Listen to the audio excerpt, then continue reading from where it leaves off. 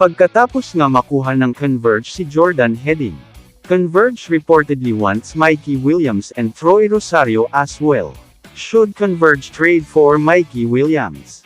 Williams only played 87 games for TNT. But he won 2 championships. Was Finals MVP twice. Became Rookie of the Year and was an All-Star selection. But he is also 33 years old and hasn't played pro basketball in 18 months. Isa lamang ang Converge sa nagpapalakas na independent team ngayon sa PBA. Bukod sa rain or shine, nakaka-excite itong Converge. Lalo papasok pa sina Jordan Heading at Justin Baltazar sa koponan.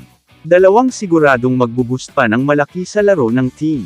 Nitong huling Governors Cup, nagkaroon sila ng winning record na 6 wins at 4 losses. Nalaglag nga lang kaagad sa quarters final sa isang well-fought series kontra SMB 2-3.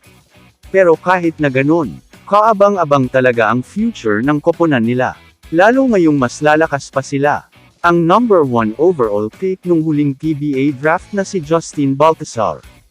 Inaasahang papasok sa Team once matapos ang kampanya niya sa MPBL with Pampanga. Tapos itong Jordan Heading naman. Grabeng addition din. Napakatinag sa 3 at national team player ang quality. Tiyak magpapaulan ng outside shot para sa Converge. At ngayon pa lang, masasabi na nating magiging isa siya sa best 3-point shooters ngayon sa PBA. At kasama pa ang ibang rising stars ng team na sina Justin Arana, Alex Stockton, Scottie Winston, at iba pa. Hindi mo na masabi ang taas ng ceiling ng koponan. Para sa Commissioner's Cup, kumuha rin sila ng isang quality import with Cheick Diallo, isang former NBA player. Hopefully magtuloy-tuloy lang itong Converge. Nakakatuwa na bumabalik na ang mga independent team sa eksena. Yung mga papalag talaga sa SMC at MVP teams para sa kampyonato.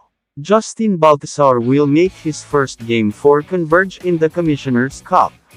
Ben Phillips and Pau Habiliunar will also soon play for the team. There are also reports Encho Serrano and Arwin Santos might be signed up next conference.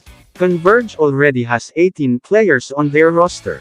Who will they remove? Kamusta mga idol?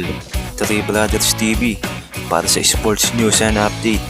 Kung bago ka pa lamang dito sa channel ko, pindutin mo na ang notification bell at subscribe button para lagi kang update sa mga sports news.